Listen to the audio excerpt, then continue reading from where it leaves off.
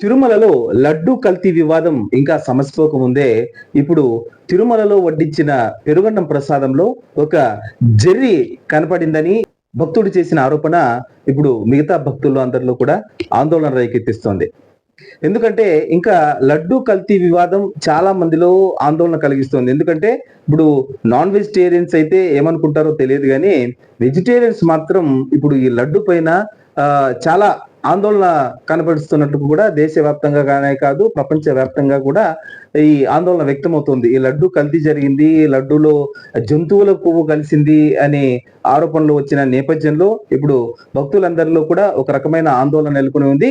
ఇలాంటి పరిస్థితుల్లో ఇప్పుడు అన్నదాన సత్రంలో వడ్డించిన పెరుగన్నంలో ఒక జెర్రీ కనిపించిందని భక్తుడు ఒక ఫోటో తీసి దాన్ని సోషల్ మీడియాలో వైరల్ చేయడము, అలాగే ఈ పెరుగన్నంలో జెర్రీ కనిపించడంతో అక్కడ సిబ్బందిని కూడా టీటీడీ యాజమాన్యాన్ని ప్రశ్నించడం కూడా జరిగింది. అయితే టీటీడీ యాజమాన్యము నిర్లక్ష్యంగా సమాధానం ఇచ్చి దురుసుగా కూడా ప్రవర్తించింది భక్తులతో అని కూడా ఆ భక్తుడు సోషల్ మీడియాలో పెట్టిన పోస్టులను బట్టి తెలుస్తోంది. అయితే ఈరోజు ఉదయమే ముఖ్యమంత్రి నారా చంద్రబాబు నాయుడు గారు తిరుమలను సందర్శించి తిరుమలలో భక్తులతో ఎలా నడుచుకోవాలి, అలాగే తిరుమల ప్రసాదాలలో క్వాలిటీ ఏ విధంగా ఉండాలనే విషయం పైన టిటిడి బోర్డు సభ్యులతోనూ అలాగే టిటిడి అధికారులతో చర్చించడం కూడా జరిగింది. ఈ రోజే ఇప్పుడు పెరుగన్నంలో ఒక జరి కనిపించిందని చెప్పి భక్తుడు ఆరోపణలు చేయడం మిగతా భక్తులందరినీ కూడా ఆందోళన కలిగిస్తుంది. టిటిడి ఈ విషయాన్ని పూర్తిగా కొట్టివేసింది.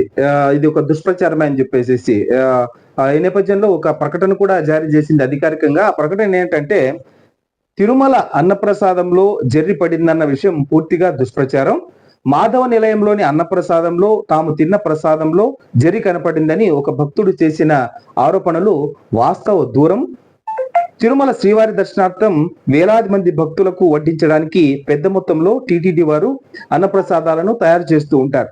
అంత వేడిలో ఏ మాత్రం చెక్కు చెదరకుండా ఒక జెర్రీ ఉందని సదరు భక్తుడు పేర్కొనడం ఆశ్చర్యకరం. ఒకవేళ పెరుగు అన్నాన్ని కలపాలంటే కూడా ముందుగా వేడి చేసిన అన్నాన్ని బాగా కలయబెట్టి తర్వాత పెరుగు కలుపుతారు. అటువంటప్పుడు ఏ మాత్రం రూపు చెదరకుండా ఆ జెర్రీ ఉండడం అనేది ఇది పూర్తిగా కావాలని చేసిన చర్య మాత్రంగానే భావించాల్సి వస్తుంది. దయచేసి భక్తులు ఇటువంటి సత్యదూర వార్తలను నమ్మకూడదని టీటీడీ విజ్ఞప్తి చేస్తోందని టీటీడీ ముఖ్య ప్రజా సంబంధాల అధికారి ఒక ప్రకటన జారీ చేశారు. దీన్ని బట్టి చూస్తుంటే ఇప్పటికే టీటీడీ పవిత్రతకు భంగం కలిగే విధంగా ఆరోపణలు వస్తున్నాయి. ఇప్పుడు గత 10-15 రోజులుగా తిరుమల ఎంతో పవిత్రంగా ప్రపంచవ్యాప్తంగా శ్రీవారి భక్తులు ఉంటారు. వారందరూ కూడా లడ్డూ ప్రసాదాన్ని, ముఖ్యంగా తిరుపతి వెళ్ళారంటే చాలు ప్రతి ఒక్కరికి కూడా లడ్డూ ప్రసాదాలు వారు తీసుకోవడమే కాకుండా చుట్టుపక్కల భక్తులకు, బంధువులకు, వారి శ్రేయోభిలాషులందరికీ కూడా లడ్డూలను ప్రత్యేకంగా కొని అక్కడ నుంచి తిరుమల దేవస్థానం నుంచి పంచుతూ ఉంటారు. అంతటి పవిత్రమైనదే కాకుండా ఎంతో రుచికరమైన తిరుమల లడ్డూ పైన ఇప్పుడు వివాదం చెలరేగింది. తిరుమల లడ్డూలో జంతువుల కొవ్వు కలిసి ఉంది అని చెప్పేసి కొన్ని ఆరోపణలు కూడా వస్తున్న నేపథ్యంలో ఇప్పుడు పెరుగన్నంలో, ఇప్పుడు మాధవ నిలయంలోని అన్నదాన సత్రంలో వడ్డించిన పెరుగన్నం ప్రసాదంలో ఒక జెర్రీ కనిపించిందని భక్తుడు చేసిన ఆరోపణలు కూడా భక్తులకు ఆందోళన కలిగిస్తున్నాయి. అయితే ఇవన్నీ కూడా సత్యదూరాలు, అవాస్తవాలని చెప్పి టీటీడీ కొట్టివేయడం భక్తులకు కొంత సంతోషం కలిగిస్తోంది. ఆందోళన నుంచి బయట పడే విధంగా కూడా టీటీడీ ప్రకటన జారీ చేయడం భక్తులకు సంతోషాన్ని కలిగించే విషయం. ఎందుకంటే ఒక పెరుగన్నంలో జెర్రీ కనపడి అక్కడ ఆకులో కనిపించడం కూడా సత్యదూరము.